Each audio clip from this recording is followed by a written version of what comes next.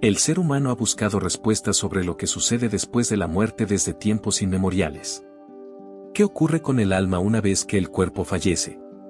Este interrogante nos ha llevado a reflexionar sobre el destino último de nuestras almas.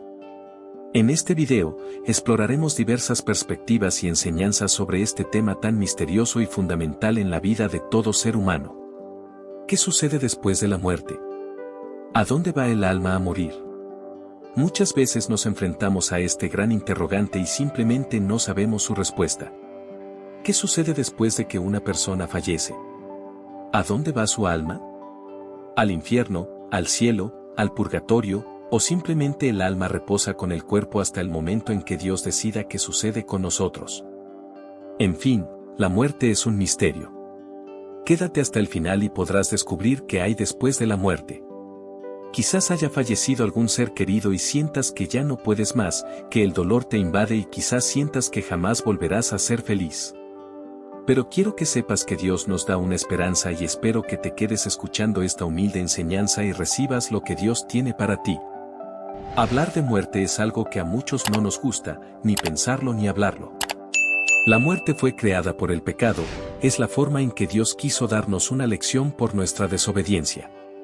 Nosotros hemos sido creados para la vida, por eso es que no aceptamos fácilmente la palabra muerte y nos cuesta entender que así suceda. La verdad es que algún día la vamos a enfrentar o alguno de nuestros familiares la enfrentará. Ninguno de nosotros sabe en qué momento, no sabemos si este es nuestro último día. Muchos hoy salieron de su casa diciendo nos vemos luego, pero lo que no saben es si regresarán. Muchos están planeando un mañana o un futuro, pero no saben si estarán. No aceptamos la muerte precisamente porque no fuimos creados para morir, sino para vivir.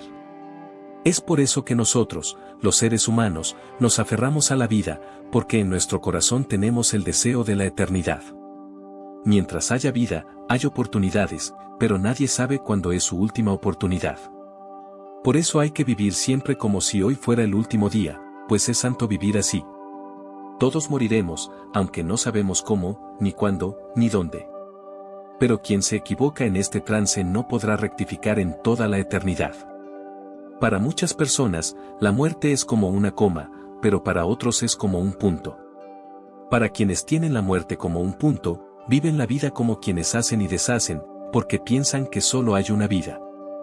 Pero para los otros, que tienen la vida como una coma, como una pausa, saben que tienen que vivirla de la mejor manera, porque más allá les espera la eternidad. La muerte no es un punto, es una pausa, y al despertar estaremos ya en una eternidad. Muchos enseñan que al morir, el alma cae en un sueño o se evapora, pero esto no es cristiano. Veamos que en Sabiduría 2, 23-24 dice, Dios creó al hombre para la inmortalidad y lo hizo de su propia naturaleza. La envidia del diablo introdujo la muerte en el mundo, y la experimentan los que toman su partido.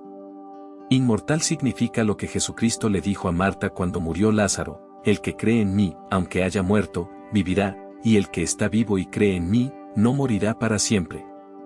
Es decir, que el alma no duerme, sino que sigue viviendo eternamente, pero en Dios. Entonces, ¿dónde están las almas? Es una gran pregunta que nos hacemos, y quiero que prestes mucha atención, porque te impresionará esto que voy a decir a continuación. En Durante 3:1 sigue diciendo la palabra, las almas de los justos están en manos de Dios y no los tocará el tormento. Lo que quiere decir que las almas buenas están junto a Dios, no en el infierno, no en el cementerio, no en el purgatorio. Surge un nuevo interrogante, ¿vale entonces la pena esforzarse por servirle a Dios? Pues la respuesta es afirmativa. Sí, vale la pena esforzarse por servirle a Dios, para que nuestras almas no experimenten ningún tormento ni en el infierno ni en el purgatorio, sino que vayan y reposen en las manos de Dios, vayan al cielo.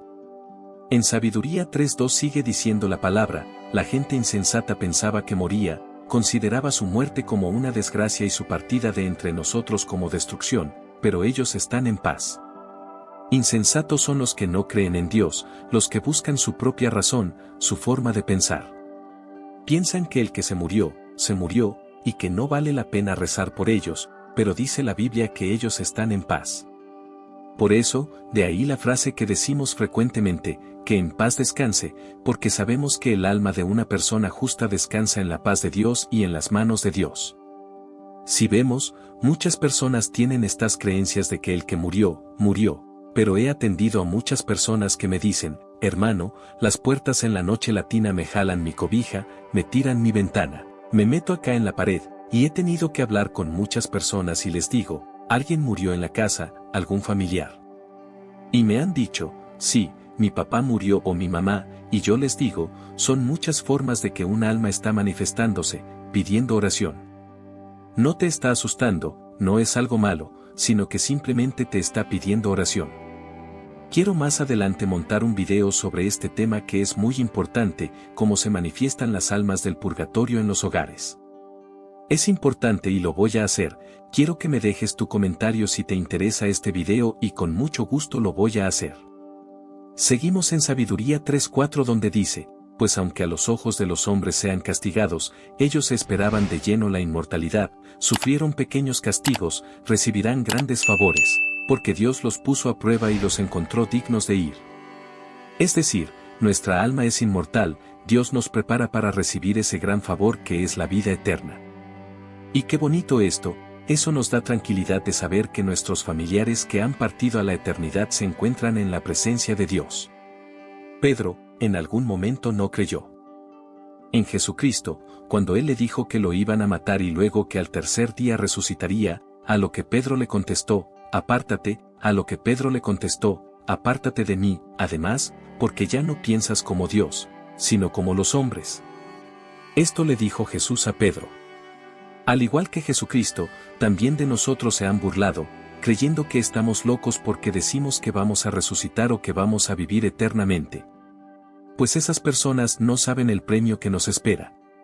Sabiduría 3:6 dice, los probó como oro en crisol, los recibió como sacrificio de holocausto. A la hora del juicio brillarán como chispas que prenden por un cañaveral.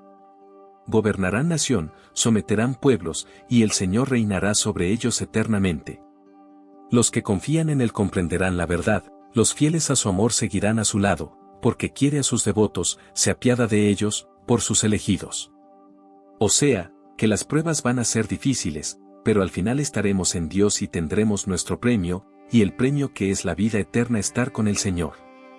Dice que el tormento más grande para un alma que está en el infierno es no poder verle el rostro a Dios, ya que el mejor cielo es poder verle el rostro a Dios, y eso solo lo van a lograr aquellas personas que están en ese caminar honrando y sirviéndole al Señor verdaderamente. En Apocalipsis 6, 9-11 dice la palabra, cuando abrió el quinto sello, vi las almas de los que fueron asesinados por la palabra de Dios y por el testimonio que habían dado. Gritaban con voz potente, Señor santo y verdadero, ¿cuándo juzgarás a los habitantes de la tierra? Entonces se les dio a cada uno una vestidura blanca, y se les dijo que esperaran todavía un poco, hasta que se completase el número de sus hermanos que en el servicio de Cristo iban a ser asesinados como ellos. Lo que quiere decir que esas almas asesinadas por la palabra de Dios eran las almas de los santos mártires. Muchas personas dicen que no están al lado de Dios, pues aquí la Santa Biblia nos dice que sí, es más, nos dice que esas almas están vivas cuando dice que gritaban con voz potente, lo cual significa que esas almas siguen vivas. El vestido blanco significa santidad, y los santos están esperando hasta que nos vayamos todos. Apocalipsis 7:9 dice, después vi una multitud enorme que nadie podía contar, de toda nación, raza, pueblo y lengua, estaban delante del trono del Cordero, vestidos con túnicas blancas y con palmas en la mano. Lo que quiere decir que son muchas las almas que se encuentran en la presencia de Dios, lo cual significa que no todo aquel que muere está dormido o que su alma se ha desvanecido, como muchos lo afirman. Aquí, con este texto bíblico, también podemos confirmar que en el cielo están los santos y que ellos están en la presencia de Dios. Focalice 9, 13-15 dice, uno de los ancianos se dirigió a mí y me preguntó, ¿los que llevan vestiduras blancas, quiénes son y de dónde vienen? Contesté, tú lo sabes, Señor. Me dijo, estos son los que han salido de la gran tribulación, han lavado y blanqueado sus vestiduras en la sangre del Cordero.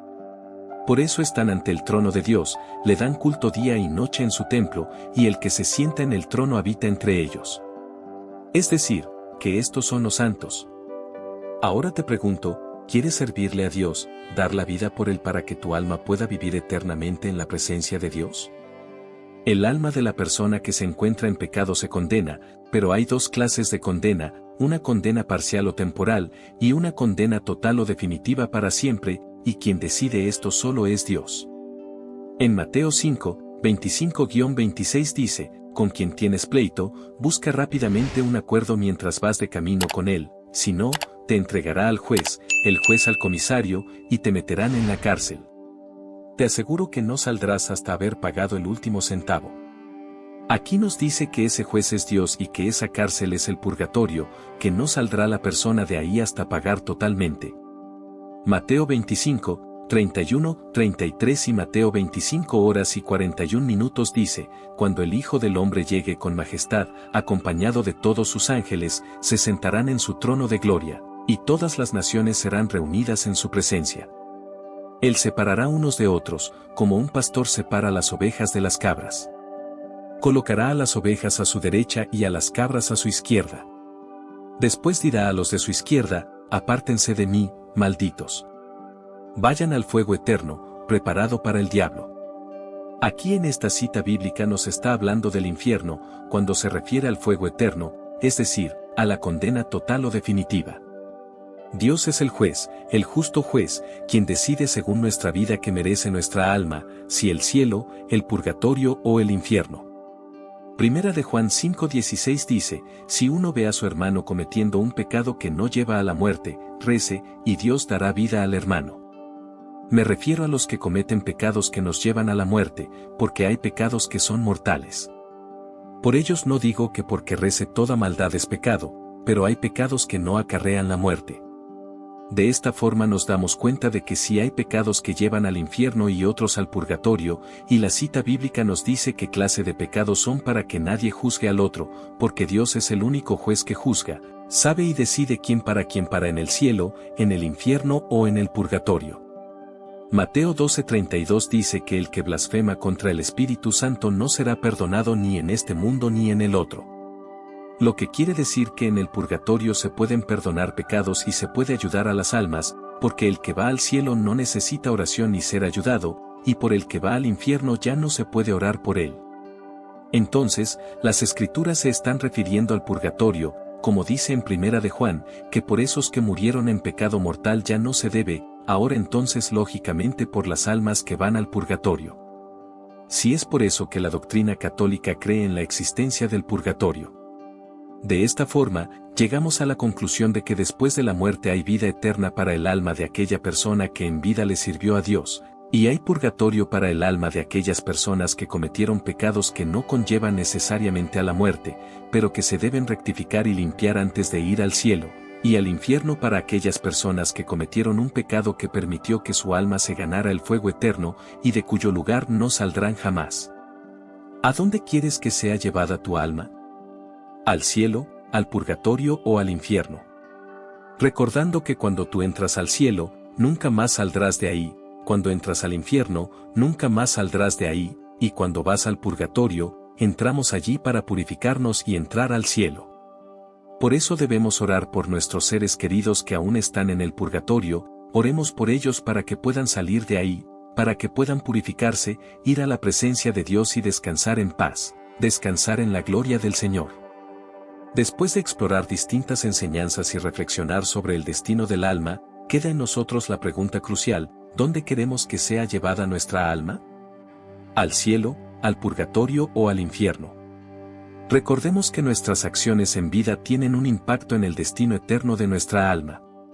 Por eso, vivamos con rectitud y bondad, buscando la guía divina para que, al final de nuestros días, podamos reposar en paz en la presencia de Dios. Gracias por acompañarnos en este viaje de reflexión y esperanza sobre el más allá.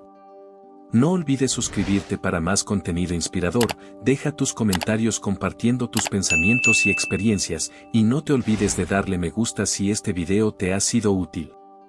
Que la luz divina guíe siempre tu camino.